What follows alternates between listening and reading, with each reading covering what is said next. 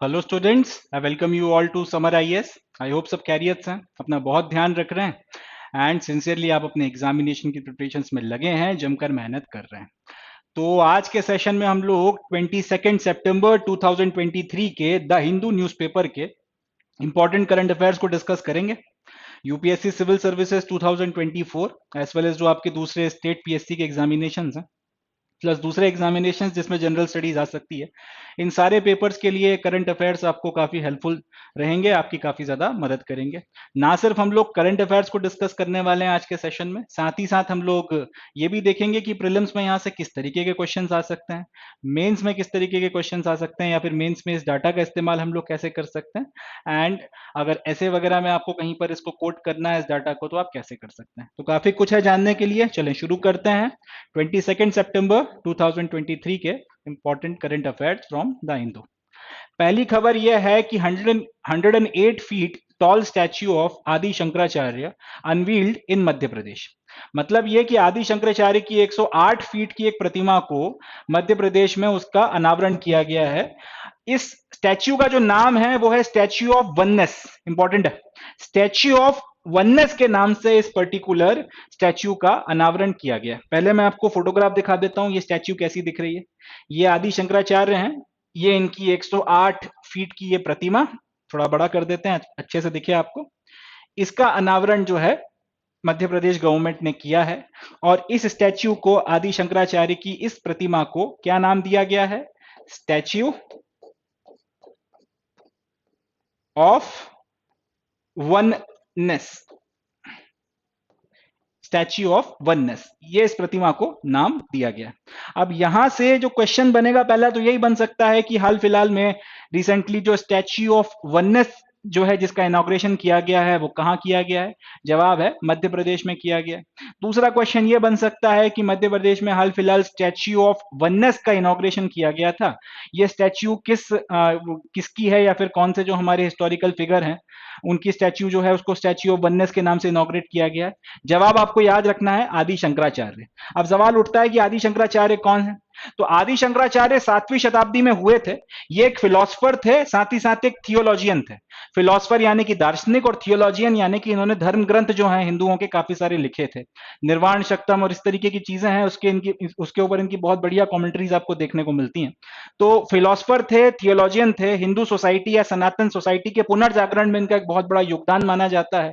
केरला से लेकर कश्मीर तक में इनका प्रभाव आपको देखने के लिए मिलता है। मंडन मिश्रा के साथ में इन्होंने जो डिबेट करी थी, जो मंडन मिश्रा वाराणसी के रहने वाले थे, उनके साथ में इनकी डिबेट जो है बहुत फेमस है। जब आप हिंदू थियोलॉजी पढ़ते हैं, खासतौर पे आदि शंकराचार्य के टाइम पीरियड की, उसमें उस डिबेट का बड़ा अच्छा जिक्र आता है। बहुत कह सकते हैं एपिक किस्म की डिबेट थी, जिसमें आदि शंकराचार्य और मंडन मिश्रा के बीच में जब डिबेट शुरू होती है, तब उस डिबेट की जो जज के तौर पे बैठाया जाता है वो बैठाया जाता है मंडन मिश्रा की वाइफ को या पत्नी को। एंड काफी लंबे वक्त तक, दिनों तक, घंटों तक ये डिबेट चलती रहती है, सब लोग एकदम मंत्रमुग्ध होकर सुनते हैं, और लास्ट में फिर उनकी जो वाइफ है मंडन मिश्रा की, वो डिक्लेयर करती हैं कि ये जो विजेता हैं वो आदि शंकराचार्य हैं।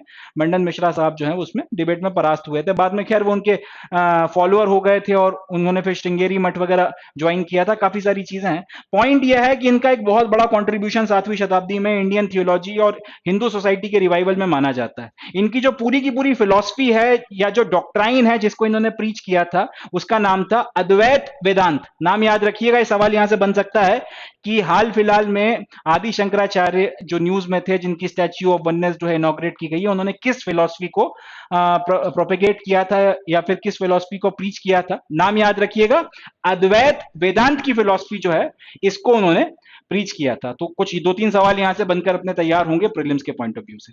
अब ये जो स्टैच्यू है, इसको जो इनॉग्रेट किया गया है, ये बेसिकली एक बहुत बड़ा प्रोजेक्ट है, एमपी गवर्नमेंट एक बड़ा प्रोजेक्ट है जिसका नाम है एकात्म धाम प्रोजेक्ट।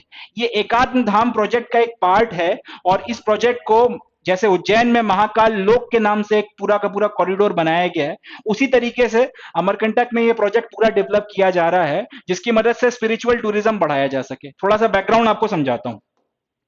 उज्जैन में महाकालेश्वर के पास में जो महाकालेश्वर ज्योतिर्लिंग है, उसके चारों तरफ महाकाल लोक कॉरिडोर के नाम से एक पूरा का पूरा इलाका डेवलप किया गया है, जिसकी मदद से एक्सपेक्टेशन यह है कि जो महाकालेश्वर को आने वाले टूरिस्ट हैं वो इस पूरे इलाके में जाएंगे, देखेंगे, तो इससे पूरा वहां की इकोनॉमी को ग्रोथ मिलेगा। तो ये एक तरीके से जब आपने किसी हिस्टोरिकल या रिलीजियस इंपॉर्टेंस की प्लेस है जहां पे श्रद्धालु आते हैं, उसके आसपास आपने इस तरीके से डेवलपमेंट किया है कि श्रद्धालुओं की जो स्पिरिचुअल जील है, स्पिरिचुअल आपकी जो भूख है, जो हंगर है, वो भी सेटिस्फाई हो और उससे इकोनॉमी को भी फायदा हो। तो ये एक तरीके का स्पिरिचुअल टूरिज्म है जो जिसको आज की तारीख में काफी सारी स्टेट गवर्नमेंट्स और सेंट्रल गवर्नमेंट पुश दे रही हैं। उसी की तर्ज पर जब यह देखा गया कि उज्जैन में ये महाकाल लोक कॉरिडोर बहुत फेमस हुआ, बहुत बड़े लेवल पर श्रद्धालुओं की जो है आना जाना बढ़ा और इससे रेवेन्यू एकदम से उठा है, तो उसी की तर्ज पर यह स्टैच्यू ऑफ यूनिटी भी बन रही है, स्टैच्यू ऑफ वननेस भी बन रही है, और साथ ही साथ इसके चारों तरफ अमरकंटक वगैरह में एकात्म धाम प्रोजेक्ट जो है पूरा कि उस इलाके में डेवलप करवाया जा रहा है ताकि वहां पर भी जो है स्पिरिचुअल टूरिज्म को बढ़ाया जा सके। अब ये मूर्ति अपने आप में देखने में इतनी सुंदर है, इतनी प्यारी है, और इसके आसपास और भी चीजें जब डेवलप होंगी तो स्टैच्यू ऑफ वननेस ना सिर्फ नेशनल मगर इंटरनेशनल लेवल पर जो है रिकॉग्निशन हासिल करेगी, लोग इसको देखने के लिए आएंगे। जाहिर सी बात है, अब जब टूरिज्म बढ़ता है लोग इसको देखने के लिए आएंगे। एक तो धार्मिक आधार पर आपकी जो रिलीजियस लेवल पर जो है या स्पिरिचुअल लेवल पर लोग इस जगह पे दर्शन करने आएंगे। टूरिस्ट जैसे जैसे इसके बारे में जानेंगे वो इस पर्टिकुलर चीज को जानने के लिए आएंगे। आदि शंकराचार्य के बारे में और ज्यादा लोगों के मन में क्यूरियोसिटी बढ़ेगी, तो कहीं ना कहीं जो अद्वैत वेदांत की फिलॉसफी है वो भी और ज्यादा फैलेगी, वो लोग उसको भी थोड़ा पढ़ेंगे, उसका भी प्रोपेगेशन होगा।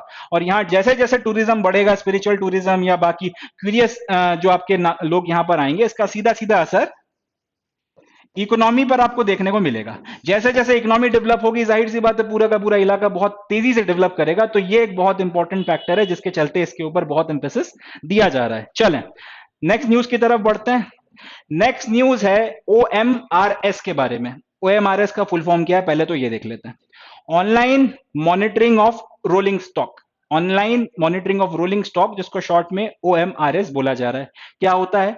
It is an automated system installed along the railway track for detecting wheel और bearing failures and generating alerts.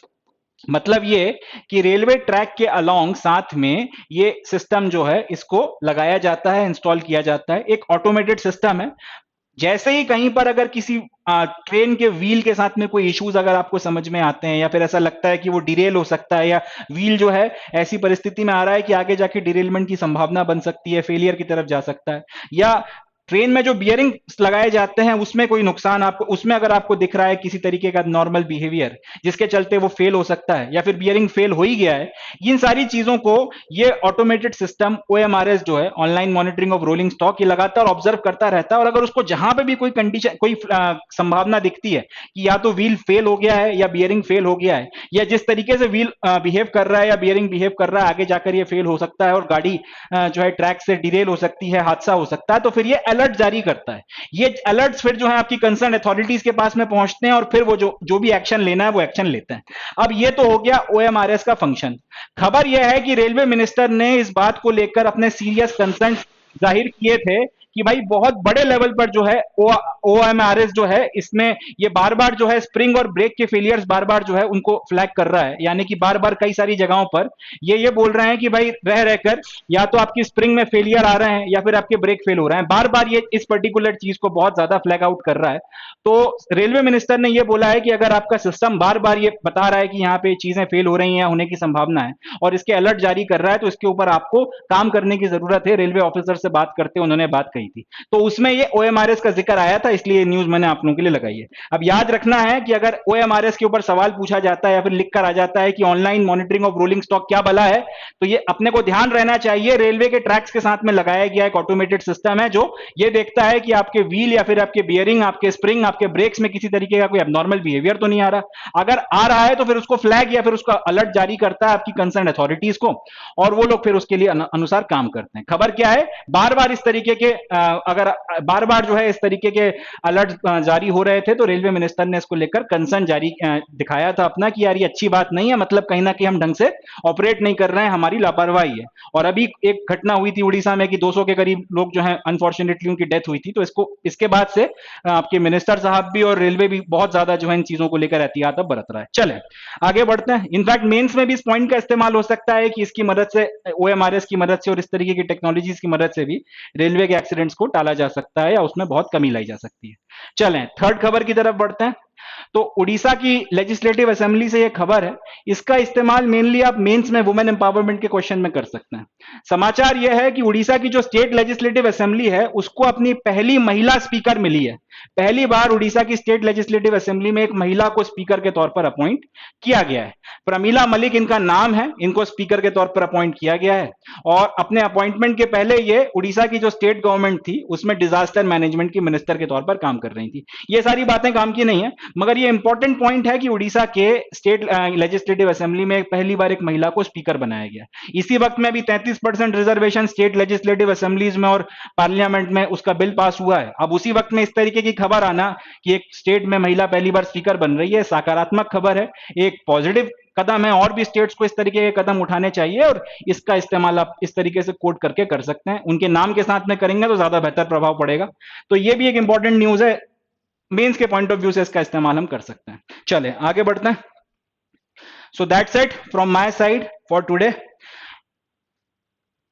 22 सितंबर का जो द हिंदू का न्यूज़पेपर था उसमें प्रीलिम्स के पॉइंट ऑफ व्यू से या फिर मेंस के पॉइंट ऑफ व्यू से इससे ज्यादा कोई इंपॉर्टेंट खबर नहीं थी। सारी की सारी खबरें अपन ने देख ली। स्टैच्यू ऑफ वननेस और आदि शंकराचार्य के ऊपर जो क्वेश्चंस बन सकते हैं, फिलोसफी के ऊपर जो क्वेश्चन उनके बन सकते हैं, वो अपन ने देख लिए। उसके बाद में OMRS क्या चीज है और क्यों ये न्यूज में थी वो हमने देख ली। एंड लास्टली उड़ीसा की स्टेट लेजिस्लेटिव असेंबली की में पहली बार आपको एक महिला स्पीकर मिली है। और क्योंकि हाल फिलहाल अभी महिला रिजर्वेशन का बिल पास हुआ है तो मेंस में इसका इस्तेमाल वुमेन एम्पावरमेंट के किसी पर्टिकुलर रेफरेंस के तौर पर या किसी क्वेश्चन में आप कर सकते हैं। So that's it from my side 22 सितंबर 2023 के द हिंदू न्यूज़पेपर में बस इतना ही था। मिलते हैं नेक्स्ट सेशन में जब हम लोग 23 सितंबर 2023 के द हिंदू न्यूज़पेपर के इंपॉर्टेंट करंट अफेयर्स को डिस्कस करेंगे। तब तक के लिए अपना ध्यान रखें, खुश रहें, पॉजिटिव रहें, चैनल सब्सक्राइब करें, अपने दूसरे जानने वालों को भी इसके बारे में बताएं जो प्रिपरेशन कर रहे हैं। एंड जुड़े रहें समर IAS के साथ में, मेहनत करते रहें, आगे बढ़ते रहें। एंड हमेशा याद रखें समर शेष है, the war is yet not over. Thank you, जय हिंद।